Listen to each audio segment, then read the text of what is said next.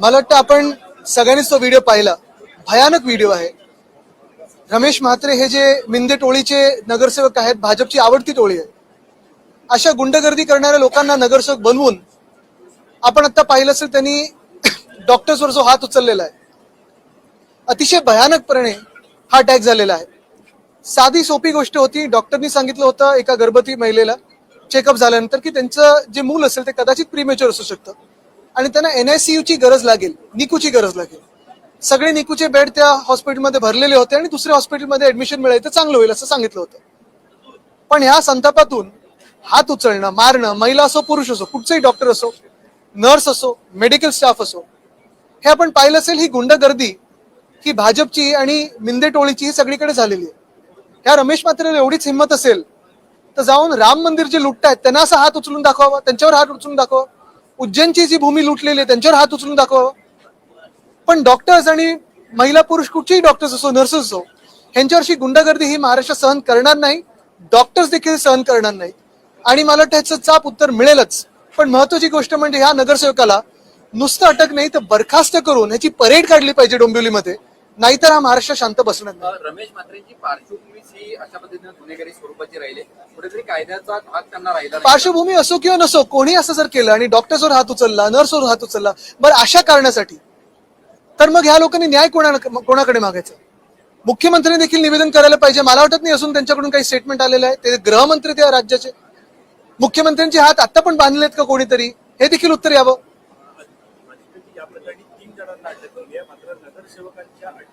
अटक कोणालाही झाली असेल तरी नगरसेवकाबद्दल काय, त्याला कोणी अटक केली आहे का, त्याची परेड कोणी काढली आहे का, त्याला बरखास्त केलंय का, की अशीच मस्ती आम्ही सहन करत बसायची?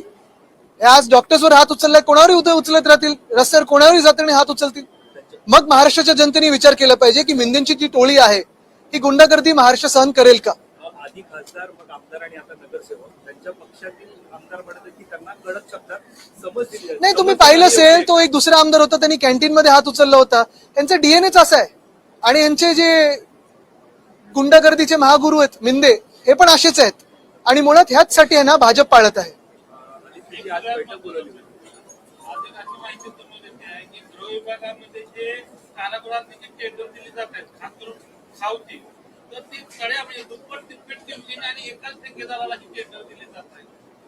अहो, हे ज्या पक्षांनी राम मंदिरामधली दानपेटी नाही सोडली, आज आम्ही घोषणा दिल्या जय श्रीराम जय शिवराय म्हणून आत, तर आमच्या अंगावर आले भाजपवाले. हे आम्हाला हिंदुत्व शिकवतात आणि हे भ्रष्टाचार विरोधात लढतात.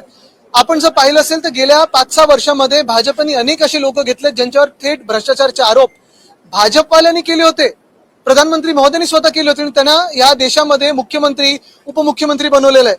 मग बंगालचे बघा, बिहारचे बघा, आसामचे बघा, महाराष्ट्रात देखील तसंच होतं. ज्यांना पळायला लागलं ED, IT, CBI मुळे त्यांनाच मुख्यमंत्री बनवलं होतं आणि यांच्याकडून आपण भ्रष्टाचारी विरोधी कारवाईची अपेक्षा करतो. एक मिनिट, एक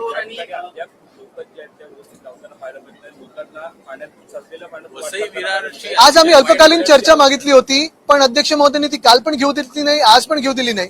आता उद्या. पण मुख्य गोष्ट हीच आहे, अमित चाटम जे भाजपचे मुंबईचे अध्यक्ष आहेत ते हसतायत इथे पायऱ्यांवर. तुमच्याच चॅनल मधून दिसलं की काल काय झाडांवर चर्चा होती, आज मॅनहोलवर चर्चा आहे.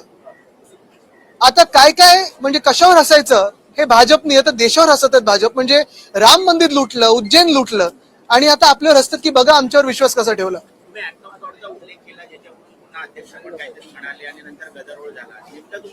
ऍक्ट ऑफ गॉड म्हणजे सगळं काही उत्तर एक तर प्रशासनाने केलं, नेहरूंनी केलं, ठाकरेंनी केलं किंवा ऍक्ट ऑफ गॉड म्हणजे हात धुतले यांनी भाजपवाल्यांनी. पण मी हेच त्यांना विचारलं, मग राम मंदिर जे लुटलंय ते पण तुम्ही ऍक्ट ऑफ गॉड बोलाल का भाजपकडून? कारण भाजप हल्ली स्वतःला देव मानायला लागली आहे. तुम्ही पाहता अनेक त्यांच्या नेत्यांचे फोटो आहेत, एखाद्या पाटावर उभे ज्याच्यावर आपलं स्वस्तिक आहे त्याच्यावर बूट घालून उभे आहेत. कोण त्यांचेच नेते जाऊन मंदिराच्या आत अंगणात बूट घालून जात आहे. मग ऍक्ट ऑफ गॉड काल तर आपण पाहिलं असेल, हनुमानजींना नितीन नाबींसमोर नाचवलेलं आहे आणि मग स्वतःला तुम्ही देव मानायला लागलेत का? ज्या भाजपाने राम मंदिराची दान, म्हणजे आम्ही पण तिथे पक्ष म्हणून असेल पक्ष निधी दिला होता, आम्ही स्वतः परिवाराकडून निधी दिला होता. हे काय आम्ही उपकार नाही म्हणत, आमचं ते स्वप्न तर राम मंदिर ते व्हायला पाहिजे. पण जो विश्वास आम्ही ज्या समितीवर ठेवला, ज्या चंपतरायवर ठेवला, ज्या अनिल मिश्रांवर ठेवला, आज त्यांनीच विश्वासघात केलाय. आणि फक्त आमचा नाही तर लाखो करोडो हिंदूंचा विश्वासघात केलाय. हिंदू के जे हिंदू नसतील पण त्यांनी रामावर विश्वास ठेवला असेल, राम मंदिरावर विश्वास ठेवला, त्यांचा देखील भाजपाने विश्वासघात केलेला आहे. काल त्यांचे राजीनामे घेतले, त्यांना फाशी कधी देणार चंपतराय आणि अनिल मिश्रांना? बरं, ज्यांना त्यांनी नेमलं त्या भाजपला कधी तुम्ही प्रश्न विचारणार आहात? आज मी पुन्हा एकदा आपल्या माध्यमातून, जसं काल विचारलं तसं आज विचारतोय, जे 6 खासदार आमच्यातून पळून गेलेत, जे आधी गद्दार पळून गेले हिंदुत्वासाठी, त्यांना विचारत आहे, भाजपला तुम्ही विचारणार का की राम मंदिरामध्ये सुप्रीम कोर्ट मॉनिटर्ड आम्हाला चौकशी पाहिजे? दानपेटी लुटता तुम्ही, एवढंही सोडलं नाही तुम्ही. अजितची अल्पकालीन चर्चा तुम्ही जी बोलत होती ती पुढे ढकलली आहे. मात्र त्यावरती अजूनही सकारात्मक पाहायला मिळतं, कारण अजूनही पाऊस सरकारला उत्तर देण्याची क्षमता नाहीये. जे फेकनाथ मिंदे 4 वर्ष नगरविकास खात्याचं घेऊन बसले, 4 वर्ष काय 2019 पासून नगरविकास खातं ज्यांच्याकडे आहे, आज तुम्ही सगळ्या शहरांचे हाल बघा. एक तरी शहर आज राहण्यासारखं राहिले का महाराष्ट्रामध्ये? कुठे कोण इलेक्ट्रिक्युशननी मरते, कुठे झाड पडून मरते, कुठे कोण मॅन्युअलनी मरते. भाजपचे जे अध्यक्ष आहेत ते हसतात त्याच्यावर. म्हणजे सगळं ढकलायचं प्रशासनावर, चौकशी लावायची प्रशासनावर. स्वतःकडे जे खातं ज्याच्यातून तुम्ही पैसे खाताय आणि आमदार फोडताय, नगरसेवक फोडताय, खासदार विकत घेताय, त्याच्याबद्दल काय? अधिवेशन सुरू आहे, मात्र उपमुख्यमंत्री एकनाथ शिंदे विधानभवनात दिसत गेले ते 4-5 दिवस काय 4-5 वर्ष कुठे उत्तर द्यायला त्यांना क्षमता नाही, त्यांच्यात उत्तर देण्याची हिंमत नाहीये आणि देतच नाही उत्तर. मराठी उद्या मी हिंदी देतो आणि इंग्लिशवाल्यांनी पण आताच विचारा. टाउन प्लॅनिंग कुठेतरी चुकलं आहे का? मला वाटतं टाउन प्लॅनिंग पेक्षा, जसं मी त्या दिवशी सांगितलं ना, की प्रत्येकाला उत्तर येतं आर्टिफिशियल इंटेलिजन्सनी आम्ही हा प्रश्न सोडवू. आपलं राज्य हे आर्टिफिशियल इंटेलिजन्स आणि ह्या सरकारच्या नॅचरल स्टुपिडिटी मध्ये अडकलेलं आहे. ज्या प्रकारे झाडं कोसळत आहेत, कुठेतरी कॉन्क्रिटीकरणाला 100% आहे. 100% कॉन्क्रीट ते झाडं ट्रिमिंगचं टेंडर कोणाला दिलंय? बिल्डरला दिलंय. पडत नाही असं आयुक्त सांगतात. मला वाटतं आयुक्तांची ही त्यांनी जबाबदारी किंवा ठेका घेतलाय सरकारला वाचवण्याचं, पण सरकार गरज पडली तर त्यांना पण सुळीवर चढवेल आणि स्वतःला वाचवण्याचा प्रयत्न करेल.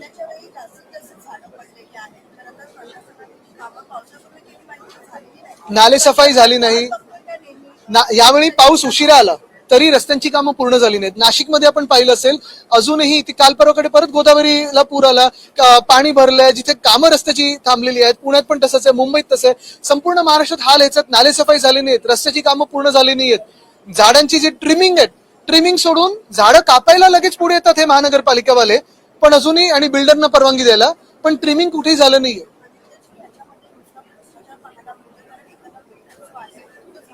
तेच मी सांगतोय, तेच सांगतोय मी. सातत्यानं मृत्यू होताना पाहायला मिळतात. आज अंधेरीमध्ये सुद्धा झाड कोसळून एका व्यक्तीचा मृत्यू झालेला आहे. सातत्यानं ते झालेलं आहे. दुसरीकडे भांडूपमध्ये एक BST परत ठोकून मला वाटतं मृत्यू झालेले आहे की जखमी झालेले आहेत. मुळात हे सरकार चाललंय कसं आणि कुठे? गाडी रिव्हर्स मध्ये पुढे पुढे मागे काय, कुठे कसं काय चाललंय सरकार? 4 ड्रायव्हर झाले 4 दिशेला न्यायला आणि कोणालाही कळत नाही कुठच्या रस्त्याने जायचं.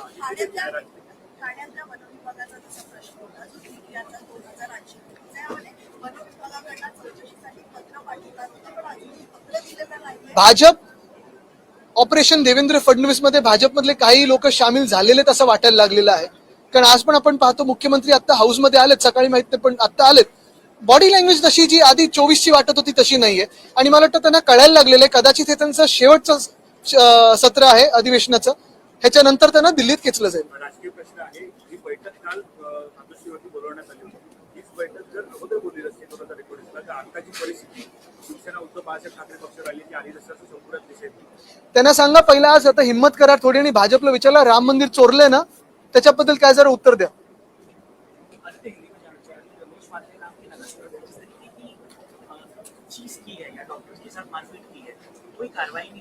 भाजपा के सबसे चाहते मिंदे गुट ने जो रमेश म्हात्रे ने हमला किया है डॉक्टर्स पे हो, नर्सेस पे हो, फिर वो चाहे महिला हो या पुरुष हो, हर एक का अधिकार है कि हमारे राज्य में, हमारे देश में सुरक्षित रहे और सुरक्षित रहते हुए लोगों की सेवा करे. कल की जो घटना है जो 6 तारीख को हुई, वो यही बात थी कि वहां के डॉक्टर्स ने जब एक गर्भवती महिला को कहा कि आपके जो न्यूबॉर्न बेबी को शायद NICU की जरूरत हो सकती है, तो कृपया करके आप दूसरे हॉस्पिटल में जाइए, इस हॉस्पिटल में सारे जो NICU के बेड्स है वो भरे हुए. तो उसी को सुनते इस रमेश म्हात्रे ने हमला कर दिया वहां के डॉक्टर्स पे, नर्सेस पे. बात यही है कि ये जो रमेश म्हात्रे है, सिर्फ अरेस्ट नहीं तो उनको डिस्क्वालीफाई करना जरूरी है और अरेस्ट होके उनको परेड करना जरूरी है कि अगर किसी पे भी डॉक्टर हो, नर्स हो, महिला हो, पुरुष हो, अगर हाथ उठाए तो ऐसे ही कार्रवाई होगी. लेकिन सवाल ये भी उठता है कि क्या जो हमारे गृह मंत्री है, मुख्यमंत्री है, ये कार्रवाई कर पाएंगे? शायद करना चाहते हैं, लेकिन क्या वो कर पाएंगे? क्योंकि ऊपर के आदेश है कि एकनाथ शिंदे को हाथ मत लगाओ.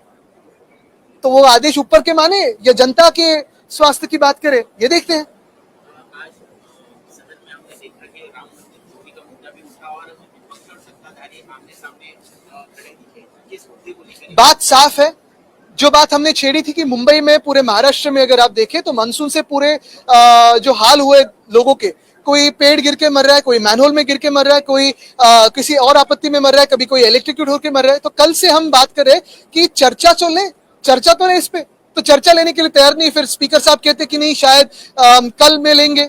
हमने कहा कि ये तो जो जवाब आ रहा है कि शायद प्रशासन ने किया हो या एक्ट ऑफ गॉड हो, हर एक बात का जवाब एक्ट ऑफ गॉड हो तो शायद कल भाजपा ये भी बोल सकती है कि जो राम मंदिर के दान पेटी में चोरी हुई है वो भी एक्ट ऑफ गॉड है, क्योंकि भाजपा खुद को भी गॉड समझने लगी है। भाजपा के बहुत सारे नेता ऐसे हैं जो जूते पहन के मंदिर में जाते हैं। भाजपा के बहुत सारे नेता हैं, उनके अध्यक्ष स्वयं हनुमान जी सामने नाचते हैं और अध्यक्ष जी देख रहे हैं कि देखो मेरा स्वागत तो हनुमान जी कर रहे हैं। और बात यही है कि अगर हमने आज सदन में जय शिवराय, जय श्री राम, जय सिया राम, हर हर महादेव अगर ये नारे लगाए तो गलत क्या है? भाजपा हम पे चढ़ के आ रही है कि ये नारे नहीं लगा सकते। हमने ये भी पूछा और ये भी हमने कहा कि जिसने जो भी हो राम मंदिर के दान पेटी में चोरी की हो, जिन्होंने उज्जैन की भूमि की चोरी की हो, उन पे तो कार्रवाई होनी जरूरी है। ये तो स्वाभाविक है कि हम मांगेंगे। और हमने भी उसी राम मंदिर में हमारी तरफ से कुछ छोटा डोनेशन दिया था, तो हमारी निजी भावना भी उसमें है। वो उधर राम मंदिर बने, मेरे दादाजी वंदनीय हिंदू हृदय सम्राट बाला साहेब ठाकरे का स्वप्न था, हमारा भी सपना था। तो फिर अगर हमने ये मांग की तो भाजपा को क्यों मिर्ची लगी? अगर कोई मांग कर रहे है इस देश में, अगर हम मांग कर रहे हैं, कांग्रेस पार्टी मांग कर रही है, आम आदमी पार्टी मांग कर रही है, सपा मांग कर रही है कि जिन्होंने राम मंदिर के दान पेटी से पैसा लूटा है उस पर कार्रवाई हो, तो भाजपा को क्यों मिर्ची लगती है?